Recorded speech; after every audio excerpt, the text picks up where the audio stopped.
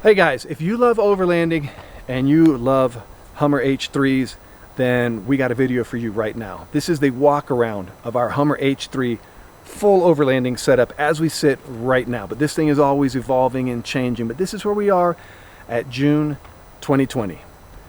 Welcome to SAR Trail. I am Jeff, and let's jump right into it. We're going to do this thing in like a couple different parts. We're going to start off with the tires and suspension, what we've done, which hasn't been a whole lot, but some nice cost-effective upgrades. We're going to look a little bit at the engine for what we've done, which once again is not a whole lot.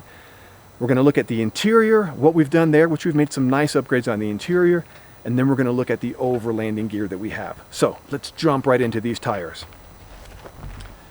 Right here we have the Toyo MTs. This is the open country MTs, the 315 75 16s. They are covered with mud. And I gotta say, we really love these tires. We have used them on all kinds of terrain in mud, as you can see, bouldering, dirt roads, washboard, all kinds of things. And these have performed really, really well for us. And honestly, on the highway, they are really quiet for MTs. So big thumbs up for the Toyo MTs, the open countries. We really love them. But I will be honest, we haven't run a whole bunch of MTs on this vehicle to know something else might be better. And I believe that MTs are certainly a individual specific thing. What you might like might not be what we like, but these have been a really good upgrade for us. Another thing we've done suspension wise in the front, we have, I don't think you're going to be able to see them on this side, maybe the other side, because we're up on rocks now. We're kind of trying to level out our rig.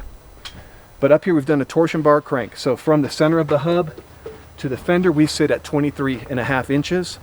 Torsion bar crank, if you're familiar with H3s, super easy way to lift the front end. Good and bad about that, I'm going to tell you, it doesn't ride like it did when it was stock, sitting on about 2 inches lower the front end. It's got a little squirrely in the front end, not bad, but it's manageable. And certainly when you hit the brakes, you get a little bit of a nosedive. Didn't get that when it was stock, but 2 more inches of ground clearance plus the 35-inch tires. It was a no-brainer for us. It's a great trade-off for losing a little bit of drivability to gain a whole lot of trail ability. Okay, so also we have on all 4 corners, we have the Fox Shock 2.0. That has been a huge upgrade for us.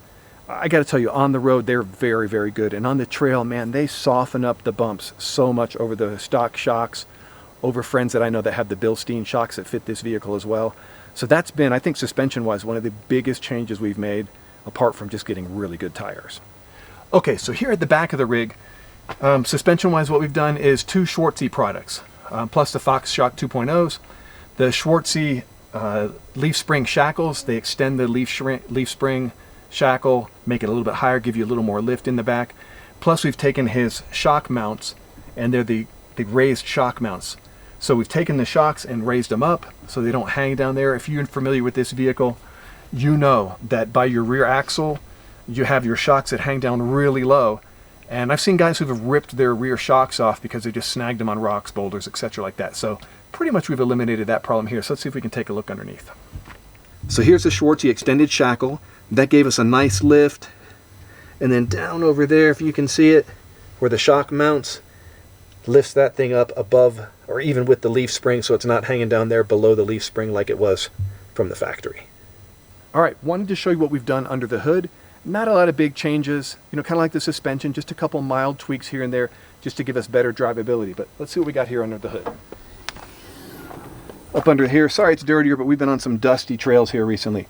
Right here is the air duct, air intake pipe right here. So this makes this thing breathe a whole lot better. Really been a nice upgrade for us. In front of that, we have an AFE reusable air filter up inside the factory housing. That's been a very good air filter for us. I think that one has been a very nice upgrade all around. Then back underneath here, I'm not going to pop it open, but up in here, the intake plenum is a Jet Performance intake plenum. That's been a huge upgrade for us. I think that one has increased the throttle response like they say it does. You know, this thing's not a sports car. It will never be that. But it is definitely a little bit peppier in the acceleration, which is really good because with all the stuff we have on the roof and with the bigger tires, man, it was nice to get a little bit of that acceleration back for us. In addition, right under here in the stock battery position is an Odyssey battery. Really good battery. I know a lot of guys use Optima, but we went with the Odyssey, and honestly, I can't remember the reason why. I think it was because of the weight and the size and what it gave you for cold cranking amps. I think it was just a better dollar for dollar, pound for pound, the better battery. And I know a couple guys that use them and they absolutely love these Odysseys, and we have had nothing but good to say about them. Okay. And then finally, really the only other upgrade that we have made here in the engine compartment is a CFS all aluminum radiator. The stock radiator, like a lot of you guys know, those things, they're plastic. Eventually the heat gets to them and they crack. I think they all are fated to do that. Some guys, they crack at 60,000 miles. Some guys, they crack at 160,000 miles. Ours cracked at just over 100,000 miles. So we wanted to get something that was more permanent, did a better job of cooling. So we put in this CFS all aluminum, and I gotta say, we have had nothing but good luck with it. So if you're looking for a more permanent radiator than the factory one, check out CFS. There's another company that makes an all aluminum for the H3. I'm not sure who that is. I just don't recall, but nonetheless, we like it. Okay, so some other things that we've done underneath the front end here. We just put a new rack and pinion on. With that rack and pinion, we put on the Outfitter design bushings that go with that and their brace kit to tighten up the steering. That's been a nice upgrade. We also put on the Outfitter design front differential bushing kit, which is a much stiffer bushing than the factory, kind of sloppy ones. Another nice upgrade. Another upgrade we did here on the front end is the Outfitter design front drive shaft. It's their heavy duty version. We had this thing in the shop. It was making some noise. The front end didn't feel right. Front drive shaft was cracked. So we put in the heavy duty one. Hopefully that will be a permanent solution for us. So far it's been doing really well. We probably have 10,000 miles on it. A lot of that on trails. So far so good. And then we put on the extra heavy duty Outfitter design front tie rods. Let me see if I can show you those. The rest of that stuff's all hidden behind skid plates and whatnot. You know the vehicle, you know how that works. But let's show you those super heavy duty tie rods, which I don't think we will ever break. Okay, so right up here you can see those are the extra heavy duty Outfitter design tie rods. Those things are massive compared to the factory ones, and I think that's going to be a really great upgrade for us. We don't have a lot of trail miles on those yet. Those are a recent upgrade for us, but so far so good. Okay, so here on the inside of the H3, wanted to show you some of the upgrades we've done here. Most of those are kind of like entertainment or comfort upgrades. Okay, so first thing you can see up here on the dash is the Daystar little dash cubby. It's okay. I'm not sure that we absolutely love this thing, but it's been a good place to put sunglasses, cell phones, things of that nature. We're probably going to move away from that here in the near future and design a system up front that we can house a tablet, a cell phone, maybe a camera, things like that. Certainly the Daystar it's not designed for that. Next thing we have down here is a Kenwood head unit. So this Kenwood head unit, really good. It's a CD, DVD player. It's got the navigation on it, all different ways to connect different devices, MP3 players, cell phones, etc. Really good head unit. We've been really happy with it. And then also, everywhere where you have your factory speakers, in the A-pillar, in the doors, the rear doors, and the subwoofer in the back, has all been upgraded with JL audio speakers. That has been a huge upgrade for us. And then in addition to that, we put in an 8-channel JL audio amp to replace the factory 8-channel amp. Same location, basically same size. And all of that combined, man, this thing sounds really, really good. The factory system was okay. It really wasn't bad for the year of the vehicle, but we wanted to do something a little bit better. Okay, another thing here that we've done all around front and rear are the Husky liners, the floor mats. These have been really great because we're always in places with mud, dirt, snow, etc. And we've been able to keep our carpet pretty much really clean. Periodically we need to, kind of clean the carpet, go through it and vacuum it or steam clean it, but it comes out perfect because we've just taken the care to let the mats take all the abuse, and that's been a very nice upgrade as well. Wanted to show you where we're at. We've got 134,000 miles on this vehicle, and this is factory original leather. You can see we're starting to get some cracking in here, but really not bad. The leather's held up really well. The back seats look kind of brand new. The fronts, because they get used a lot more, have had a little more wear, but they've held up really well. But at some point we're going to be changing those things out, but they got some more miles left in them. Okay, another thing we have, because we have an 8-year-old daughter, we got the factory screens. So we have these DVD screens that we've put in. They're on both headsets. I want to say they're okay. The resolution is, for today's standards, is pretty terrible. So a lot of the times she doesn't even look at these. If we put on something while we're driving, she will look between the two seats and look at the Kenwood head unit screen, which is much better resolution.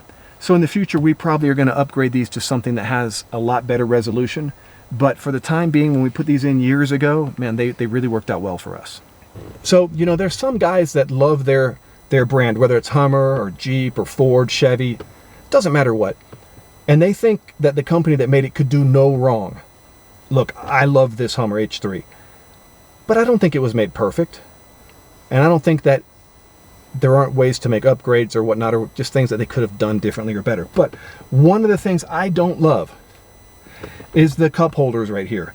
They're really close together. If you want to take like a nice Yeti tumbler with you, you can put one in here, no problem. But you can't put two side by side. They just don't fit. So wanted to tell you, we looked high and low for a good alternative, and we found Arctic. If you're not familiar with Arctic, they're kind of like a Yeti type of company, just a lot less money.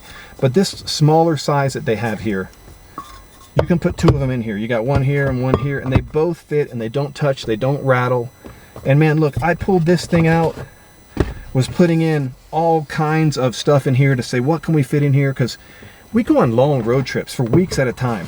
We go overlanding for 2-3 days at a time, or weeks at a time. Man, it is nice to be able to take a couple tumblers with you for something hot or something cold. So if you're interested, the Arctic ones, just like this, I think it's a 16 or 20 ounce, I forget. You can look on their website and look at the dimensions. But these fit in here, two of them side by side, really well. For us, it was a big problem solver. Okay guys, that's pretty much everything related specific to kind of just Hummer type of stuff. And I wanted to show you our overlanding setup. First thing you'll notice, if we have the Gobi Stealth rack up here. This is the full size rack with the sunroof attachment. So you can take it on or off, so you can have your sunroof open or closed and be able to see the light up there.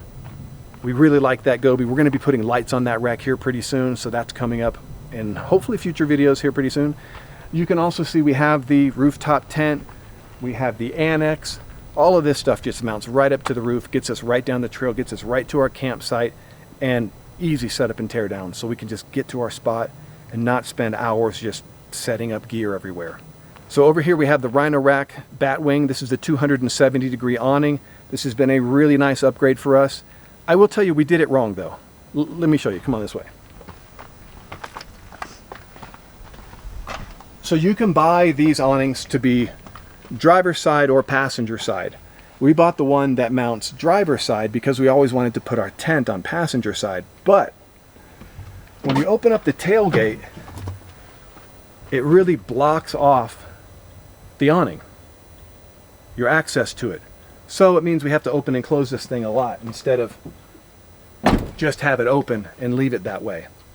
Were we to do it again on this rig, we would buy this awning passenger side, then we could just prop the door and life would be a little bit better. But you know what, it still works great for us. Okay, so another part of that Gobi rack system is the rear ladder. This is a really cool design they have here. It's all boltless. By the way, the Gobi rack, if you haven't looked at it, they make it specific for the H3. Nothing touches the paint. You don't have to drill any holes. It mounts right into your rack up top. This just kind of uses pinch things, all padded, to mount into the rear door. Works really well. Also, we had the Trasharoo trash bag back here. We don't put trash in it that often, but we carry things like firewood, propane bottles, other types of gear. And then when we're leaving to head back home, then we usually have trash back here. That's been a big plus. So one thing I didn't mention before, this is a 2008 H3 Alpha. This is with the 5.3 liter V8. You got the Alpha badge right here. I'm kind of missing the orange piece here. I got to glue back on, but nonetheless, you get it. Wanted to clarify that. I should have done that in the beginning. So another big plus to our overlanding gear is the Dometic CFX50. Really good refrigerator freezer. You can set it from anywhere from -7 degrees to be a deep freeze, or you can set it up to refrigerator temperature. But you can see it just pops in right here. And we just got it running off the 12-volt auxiliary power in the back. We haven't hardwired it here at all. That can be done if you really want to. We're looking at a slightly different setup for longer term, but you can see in the fridge, you can hold a whole bunch of food, and it's worked really, really well for us. Okay, wanted to show you the inside of where we sleep, where we live when we're out here on the road, out dispersed camping. So come right on in. So this is our annex. This is where our daughter sleeps. We've had multiple adults sleep down in here. This is plenty big. It's about 8 foot by 8 foot, something like that. And then you can see we can store all of our gear in here, our shoes. Really plenty of space to keep everything out of the weather, out of the rain, whatever it might be. So let's go upstairs and show you where our rooftop tent is. That's an awesome place to sleep because you can always catch a breeze up there, it seems. It's really nice. All right, so this is up in the rooftop tent. Plenty of room here for 2 adults to sleep really well. We have had our daughter sleep up here too, sometimes when it's been really cold. They call this a 3-person. This is a Ranger, or a Tough Stuff Ranger 3, which means it sleeps 3 people. Honestly, this doesn't sleep 3 adults up here, but 2 adults and a child sleeps really well. Got the windows on the sides, man, it opens up, it ventilates really well. This has been an amazing upgrade for our overlanding. So that's it. That's where our H3 stands today. We have big plans for this vehicle coming in the future.